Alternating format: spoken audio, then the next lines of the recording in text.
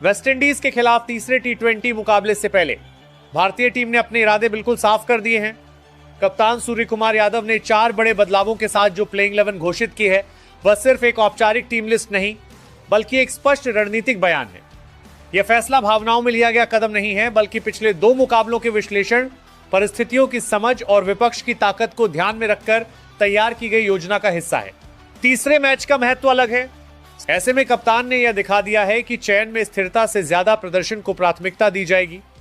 4 बदलाव इस बात का संकेत हैं कि टीम प्रबंधन हर विभाग को बेहतर बनाने की दिशा में ठोस कदम उठा रहा है। पहला बदलाव ऊपर क्रम में किया गया है। शुरुआती 6 ओवर टी20 क्रिकेट में मैच की दिशा तय करते हैं। पिछले मुकाबलों में शुरुआत ठीक रही लेकिन उसे निर्णायक बढ़त में बदलने में कमी दिखी। इस बार शामिल किया गया बल्लेबाज तेज शुरुआत देने की क्षमता रखता है। उसका रोल स्पष्ट है, गेंद नहीं हो, फील्डिंग सर्कल में सीमित खिलाड़ी हो और रन गति 9 से ऊपर बनी रहे। इससे न केवल स्कोरबोर्ड दबाव बनाएगा बल्कि विपक्षी कप्तान को अपनी योजना बदलनी पड़ेगी। दूसरा बदलाव मध्यक्रम में संतुलन के लिए है। टी20 में 7वें से 15वें ओवर के बीच खेल का नियंत्रण तय होता है। अगर इस चरण में रनगति गिरती है तो आखिरी ओवरों में अतिरिक्त जोखिम लेना पड़ता है। इस बार टीम में ऐसे खिलाड़ी को शामिल किया गया है जो स्ट्राइक रोटेशन के साथ लंबी हिट लगाने की क्षमता भी रखता है। उसका अनुभव इस चरण में स्थिरता देगा और आवश्यकता पड़ने पर तेजी भी जोड़ेगा। तीसरा बदलाव गेंदबाजी संयोजन में विविधता लाने के लिए किया गया है।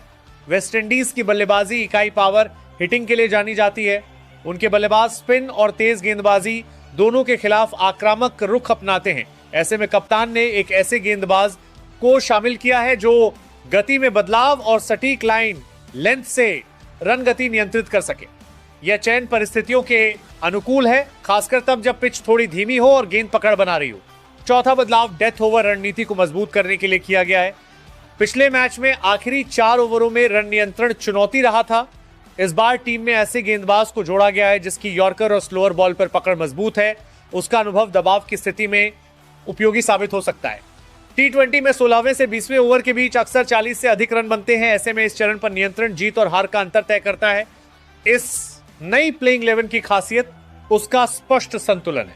बल्लेबाजी में गहराई है, ऑलराउंड विकल्प मौजूद हैं और गेंदबाजी में विविधता दिखाई देती है।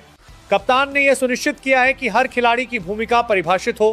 कोई भी खिलाड़ी अतिरिक्त बोझ लेकर नहीं उतरेगा। हर किसी को अपने निर्धारित काम पर ध्यान देना होगा। सूर्य कुमार यादव की कप्तानी शैली लचीली और विश्लेषण आधारित रही है। वह परिस्थिति के अनुसार फैसले लेते हैं और प्रदर्शन के आधार पर बदलाव करने से पीछे नहीं हटते। 4 बदलावों का यह निर्णय बताता है कि टीम परिणामोन्मुखी दृष्टिकोण के साथ आगे बढ़ रही है। यह कदम संदेश देता है कि प्रतिस्पर्धा स्वस्थ है और टीम में स्थान सुनिश्चित नहीं अर्जित किया जाता है। ड्रेसिंग रूम के भीतर यह बदलाव सकारात्मक प्रतिस्पर्धा को बढ़ावा देता है।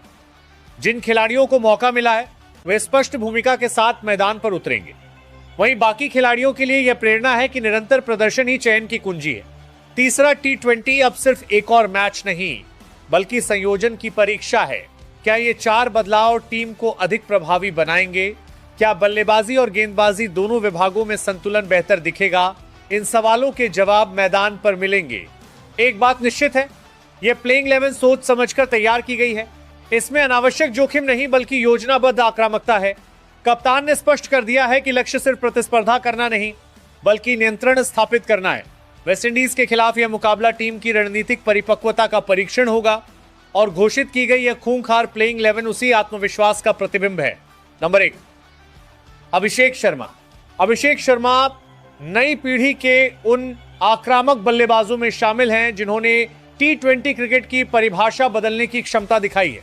बाएं हाथ से बल्लेबाजी करने वाले अभिषेक पावर प्ले का पूरा फायदा उठाने के लिए जाने जाते हैं। उनकी खासियत सिर्फ लंबे छक्के लगाना नहीं बल्कि गेंद की लाइन के हिसाब से खुद को तुरंत ढाल लेना है। घरेलू क्रिकेट से लेकर लीग मुकाबलों तक उन्होंने कई बार तेज शुरुआत देकर मैच की दिशा बदल दी है।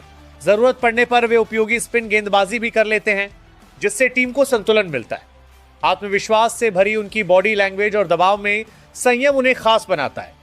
आने वाले समय में वे भारतीय बल्लेबाजी क्रम का स्थायी और भरोसेमंद चेहरा बन सकते हैं। नंबर 2, संजू सैमसन।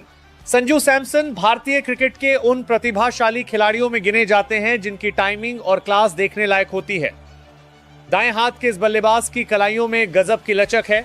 जिससे वे मुश्किल गेंदों को भी बाउंड्री तक पहुंचा देते हैं। विकेटकीपर के रूप में उनकी चुस्ती टीम को अतिरिक्त मजबूती देती है। संजू की बल्लेबाजी में स्टाइल और आक्रामकता का अनोखा मिश्रण दिखाई देता है।